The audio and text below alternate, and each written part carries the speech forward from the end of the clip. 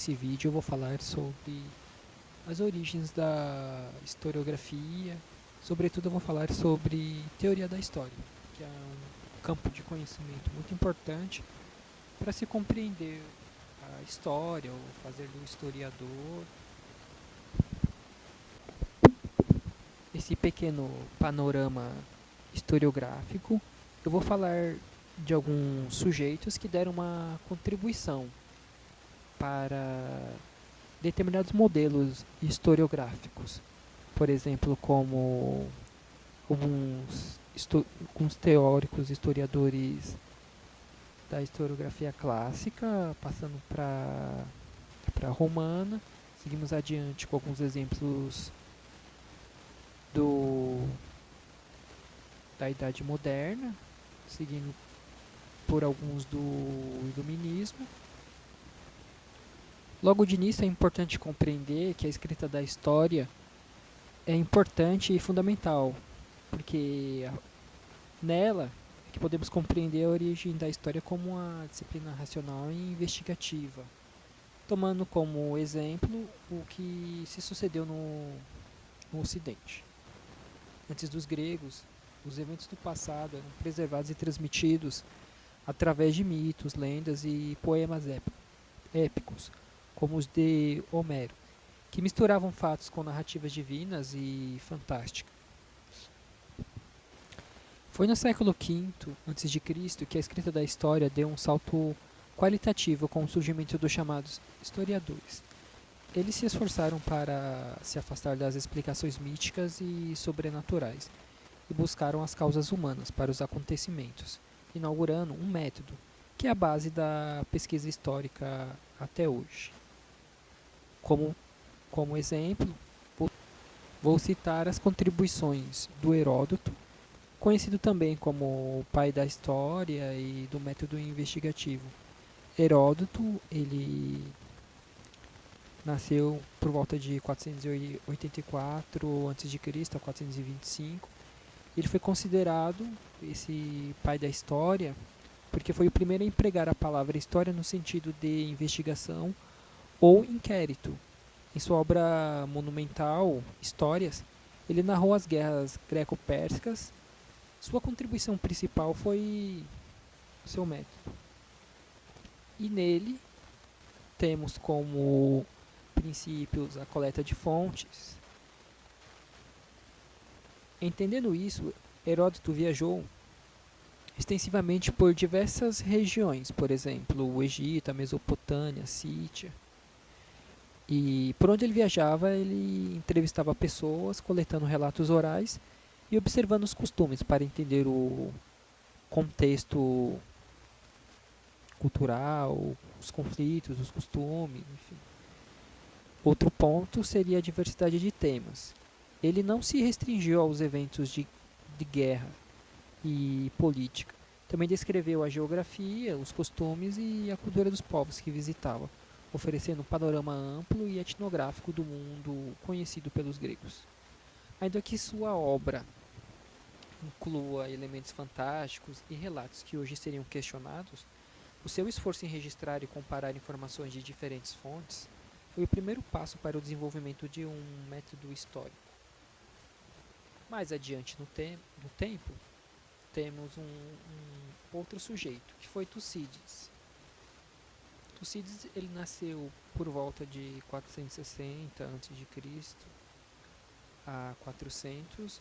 Ele foi um autor de História da Guerra do Peloponeso e levou a historiografia a um novo nível de rigor. Ele era um general ateniense que participou do conflito, o que lhe permitiu ser uma testemunha ocular e ter acesso privilegiado a informações. Entendendo isso, sabemos que suas contribuições foram foco no presente. Por exemplo, Tucídides se concentrou em eventos que ele presenciou, com o objetivo de produzir um relato preciso para gerações futuras. Ele acreditava que o conhecimento do passado poderia ajudar a entender o presente e prever o futuro. Outro ponto é sobre racionalismo e casualidade. Ao contrário de Heródoto, Tucídides eliminou por completo a influência dos deuses e dos mitos de sua narrativa. Ele buscava as causas reais e racionais dos eventos, como as motivações políticas, o poder, a ambição e o medo. Outro detalhe sobre a análise crítica: ele foi o primeiro a adotar um método crítico rigoroso, verificando testemunhos, avaliando fontes e até mesmo criando discursos para os personagens, a fim de expressar suas motivações de forma mais clara, um estilo que se tornaria uma marca da historiografia clássica. Em suma, enquanto Heródoto inaugurou a investigação, Tucídides estabeleceu um padrão de análise crítica e racional, transformando a história em uma disciplina com pretensões científicas. O legado de ambos é a própria fundação da historiografia ocidental, que se baseia na busca por evidências, na crítica de fontes e na análise das causas humanas para a compreensão dos eventos passados. Seguindo adiante com esse entendimento, então agora vou abordar sobre a historiografia romana, que ela não era apenas um registro de eventos, mas uma ferramenta com propósitos claros e uma forte ligação com a retórica e a moralidade, diferente da historiografia grega, que buscava as causas racionais e a imparcialidade, especialmente com Tucídides. Os historiadores romanos tinham como objetivo principal ensinar, glorificar e legitimar a grandeza de Roma. Principais características: a finalidade didática e moralizante. O principal propósito das obras romanas era educar a elite e o povo sobre os valores morais, que, na visão deles, levaram Roma à grandeza, à virtude, que significa virtude, coragem, a pietas, que significa piedade, dever para com os deuses e a família, e a fides, lealdade. Os historiadores usavam exemplos do passado para inspirar a conduta no presente, exaltando heróis e condenando traidores. Outro detalhe também é sobre o foco na política e na guerra. A historiografia romana se concentrava quase que exclusivamente em questões políticas, campanhas militares e biografias de grandes líderes. A história era vista como a história do Estado romano e suas leis, conquistas e das figuras que o moldaram.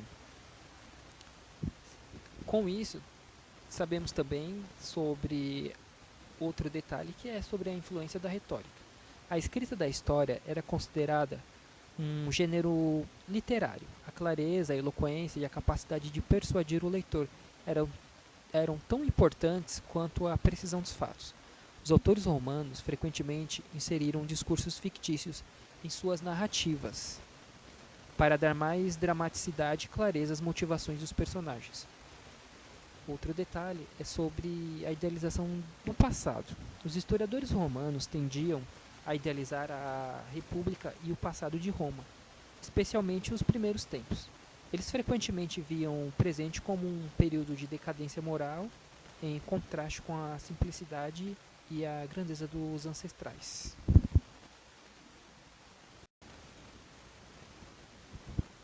Logo, quem são os principais historiadores romanos? A historiografia romana produziu obras que até hoje são as nossas principais fontes para entender a Roma antiga. Como exemplo, temos Júlio César, 100 a 44 a.C., autor dos famosos Comentários sobre a Guerra das Galhas e a Guerra Civil. As obras de César não são historiografia tradicional, mas sim comentários ou relatórios de suas próprias campanhas. Embora extremamente precisos em termos militares, são relatos feitos para a propaganda política, visando justificar suas ações e fortalecer sua imagem. Tito Livio, 59 a 17 depois de Cristo, 59 antes de Cristo, a 17 depois de Cristo, né?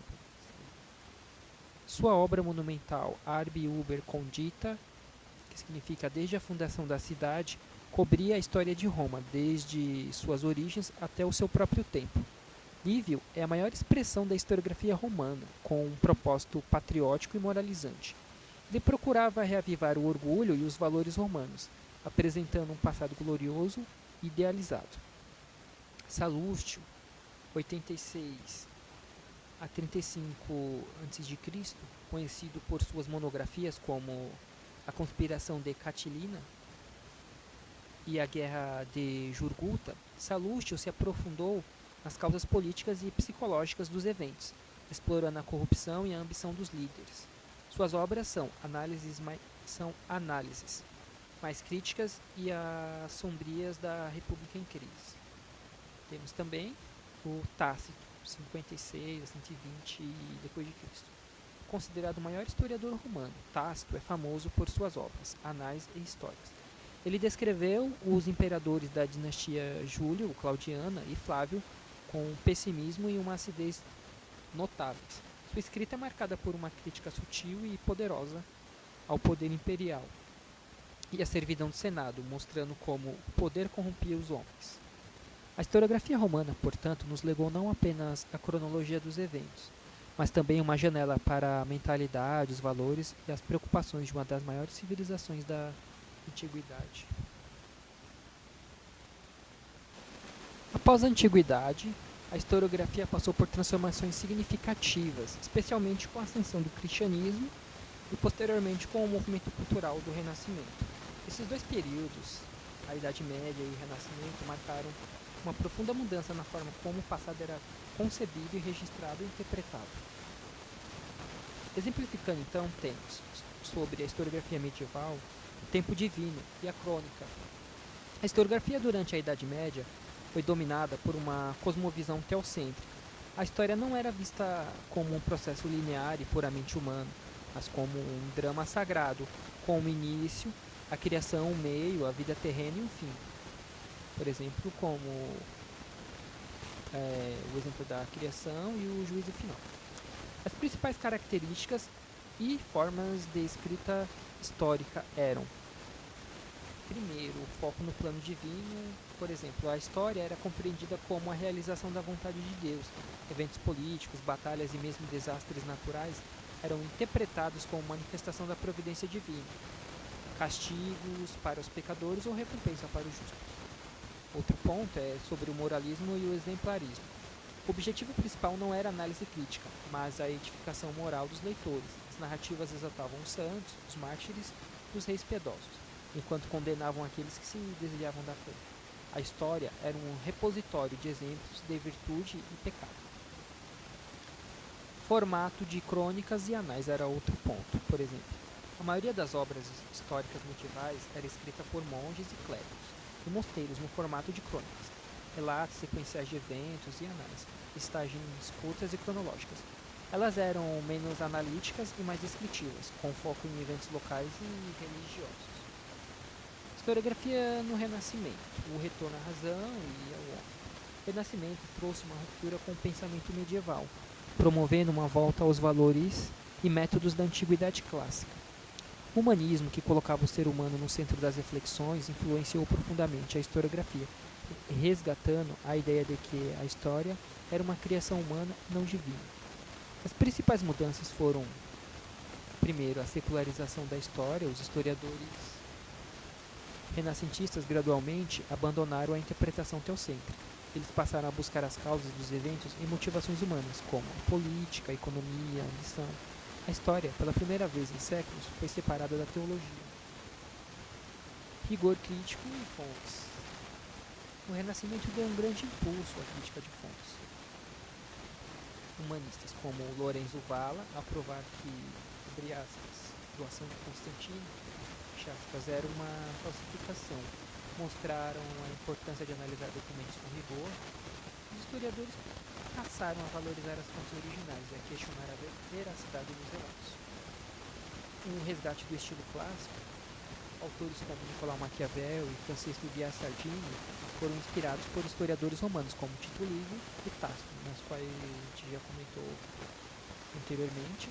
Eles não apenas resgataram o estilo narrativo e a eloquência da antiguidade, mas também a visão de uma história política, focada na ação humana e em suas consequências. Em resumo, a historiografia pós-antiguidade evoluiu de um registro religioso e moralizante, Idade Média, para uma disciplina mais secular, crítica e humanista. Renascimento que, embora ainda não tivesse o rigor científico moderno, lançou as bases para a pesquisa histórica como conhecemos hoje. Dando continuidade ao nosso assunto, falando-se sobre a historiografia no período do Iluminismo, ou também conhecido como o século das luzes, foi um campo intelectual transformador que refletiu as ideias centrais desse movimento, por exemplo, como a razão, o progresso e o antidogmatismo. Em vez de ver a história como um mero registro de fatos ou como uma manifestação do plano divino, os historiadores iluministas a trataram como um processo racional, como leis e causas que poderiam ser descobertas e analisadas. Essa abordagem representou uma ruptura significativa com a historiografia anterior, especialmente a medieval, e estabeleceu as bases para a história como uma disciplina moderna. Quais, então, são as principais características dessa historiografia iluminista? Coloco como universalismo e história da civilização, quer dizer, os historiadores iluministas rejeitaram a história tradicional focada em reis, dinastias e guerras. Eles se interessavam por uma história universal, que incluía todos os povos e culturas, e que buscava entender o desenvolvimento da humanidade. O foco se deslocou para a história das civilizações, dos costumes, da economia, da ciência e das artes. O objetivo era traçar a marcha do progresso humano, rejeição do sobrenatural e ênfase na razão. O iluminismo foi uma reação à influência da religião e do dogmatismo. Os historiadores buscaram explicações lógicas e naturais para os eventos, abandonando a ideia de que a história era guiada pela providência divina. Eles aplicavam as críticas e o ceticismo para desmistificar milagres e lendas. Teorias do progresso. A crença no progresso inevitável da humanidade era uma das ideias mais influentes. A história era vista como um processo de aperfeiçoamento contínuo, no qual a razão, a ciência, a liberdade gradualmente superariam a superstição, a ignorância e a tirania.